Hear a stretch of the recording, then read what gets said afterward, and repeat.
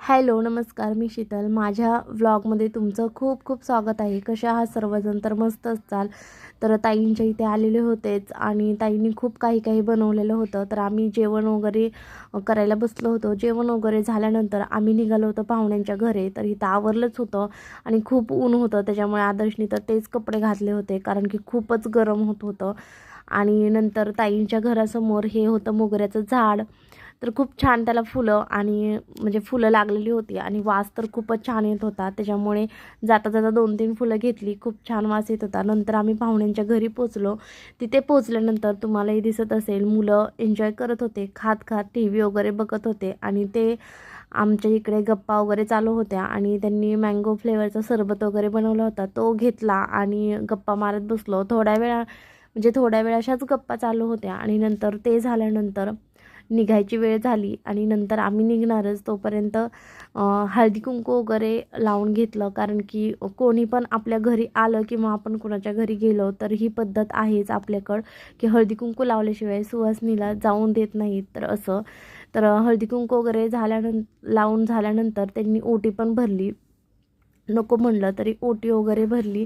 तर हे छान पण वाटतं आणि आपल्याकडे पद्धत आहेच आणि मी खूप दिवसातून गेले होते त्यांच्या घरी त्याच्यामुळे.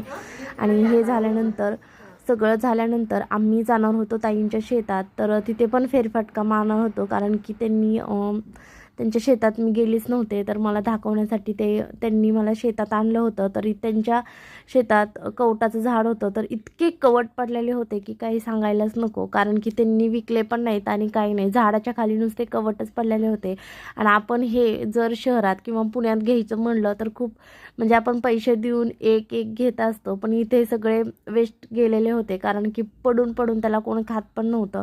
नंतर शेतात आल्यानंतर आजसारखा ह्या म्हणजे हे जे मातीचे ढेकळे आहेत, तर शेतात काही नव्हतं कारण सगळं धान्य काढलेलं होतं आणि तिथून सारखा ये जा करत होता. आणि आम्ही मस्त इथं भेळ वगैरे रस्त्यात घेतली आणि ते खात बसलेलो. आणि तिथे म्हणजे जुनं घर पण आहे तिथं. हे झाल्यानंतर सगळ्यांचं म्हणजे मजाक मस्ती वगैरे चालूच होती.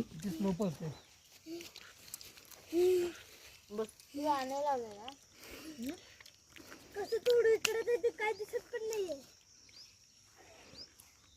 यायचं तरी बघ किती हळू पळते. तर असं शेतात फिरता फिरता हे म्हणजे विलायची चिंचाचं झाड दिसलं. तर ह्या चिंचा तुम्ही खाल्ल्यात का कधी? तर मला पण खूप आवडतात. खूप दिवसातून ह्या चिंचा खाल्ल्या आणि ते इझिली हाताला पण येत होत्या. तर मी तिथे गेले आणि त्या झाडाच्या चिंचा तोडून घेतल्या